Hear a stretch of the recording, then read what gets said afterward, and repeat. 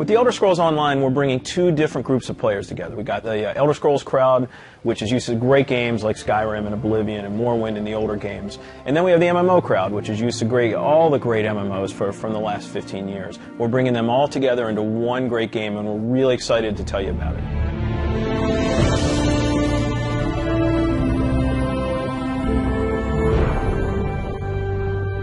Elder Scrolls Online, everything you need to know about it is right in the name. It's Elder Scrolls, but it's online.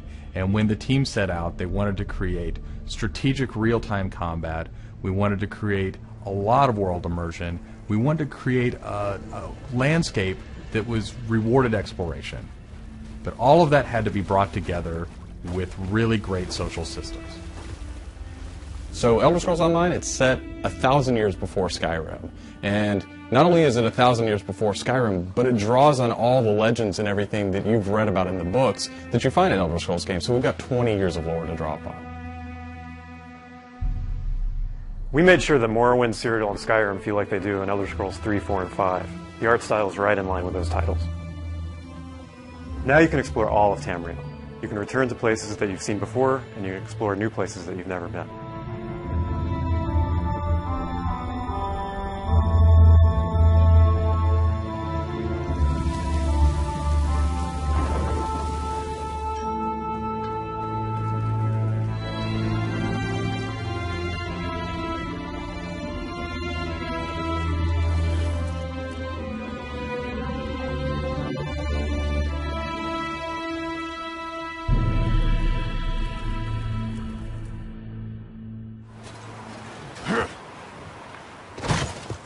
This is an Elder Scrolls combat system.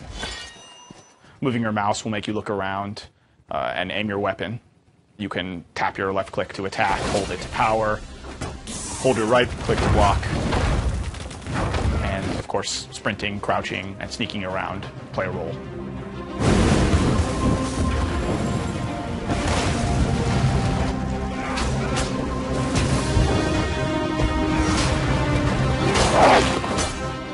All of our characters are designed so that hundreds of them can be on screen at one time.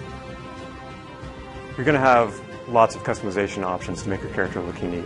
You'll find Dwarven armors, Daedric armors, Elven armors, basically all the types of armor styles and customization options that you expect from an Elder Scrolls game and the Elder Scrolls lore. By far the worst experience of any online game is at its launch when you're trying to find your friends.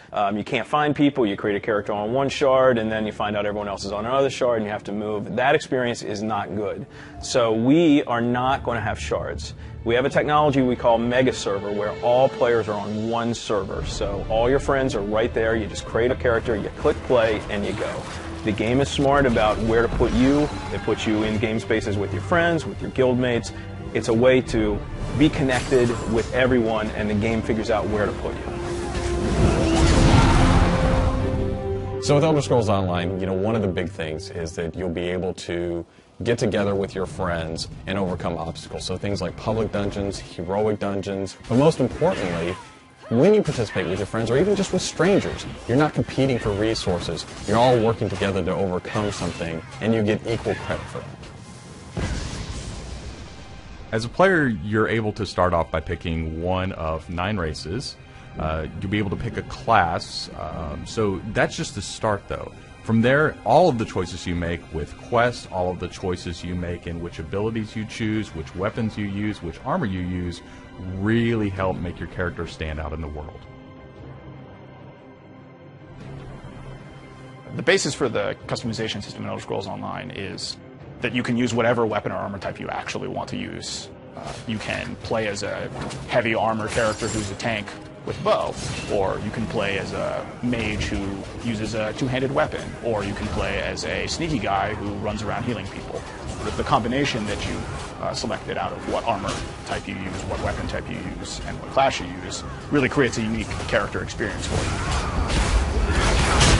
One of the things you're going to be able to do that's going to make you stand out is you have perks. For instance, perks allow you to become a werewolf or a vampire or maybe even have special pets. But it's not just about that. There are other things like how you increase your stamina, how you increase your magic, or how you increase your health that really take you from your initial class choice, and it makes you stand out because you're saying these are the things that are important to me. This is the way I want to play. This is the role I want to take in combat.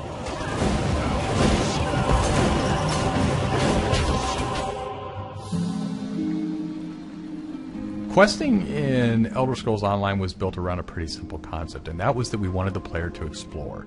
And we wanted, when the player explored, for them to be able to see something around a corner and say, oh, well, I was on this quest, but now I see something over there that's really interesting. And so they had this decision point of, you know, which thing do I do next? And that's really where we want the player to go. It's not what do I do next, it's which one of these things do I do next.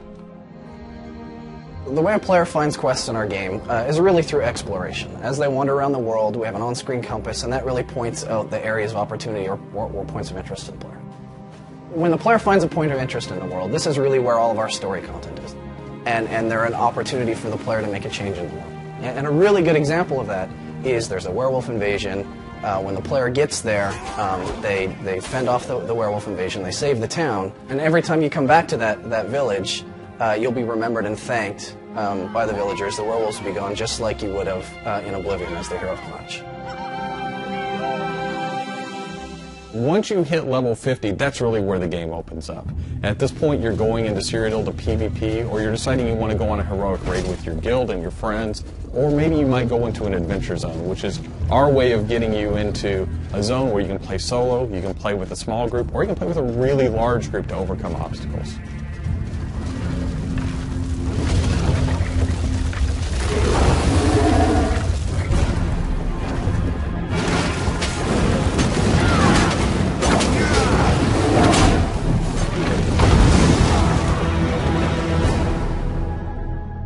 PvP in Elder Scrolls Online is focused around taking various structures in Cyrodiil. If you remember Cyrodiil from Oblivion, the space is very large, and that's a perfect setting for having three alliances fight each other. During this timeline, Imperial City is up for grabs, and there's no Emperor, so players are going to be fighting using trebuchets, catapults, all kinds of weaponry to take and hold keeps, structures, and resource fixtures around the keep to actually give the opportunity to crown one of themselves as an Emperor. It's really important to us that, PvP isn't just a veteran game. It's got to be something that people can do from the very beginning because you want to be comfortable in getting into this. So we make sure that everybody is on equal footing. So even at level 10, you can go into our PvP area and really have a great experience and a good time.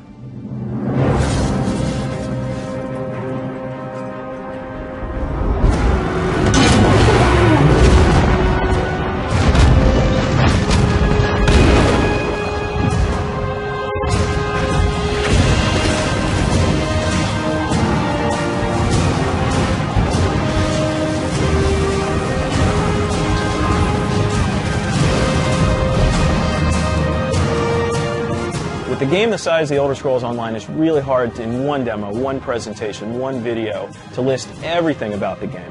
So what you've heard today are the basics. Over time, we're going to go into more depth in everything you've heard about today, and then all the other systems which we haven't talked about yet. All these elements are going to come together and make Elder Scrolls Online the next great online RPG.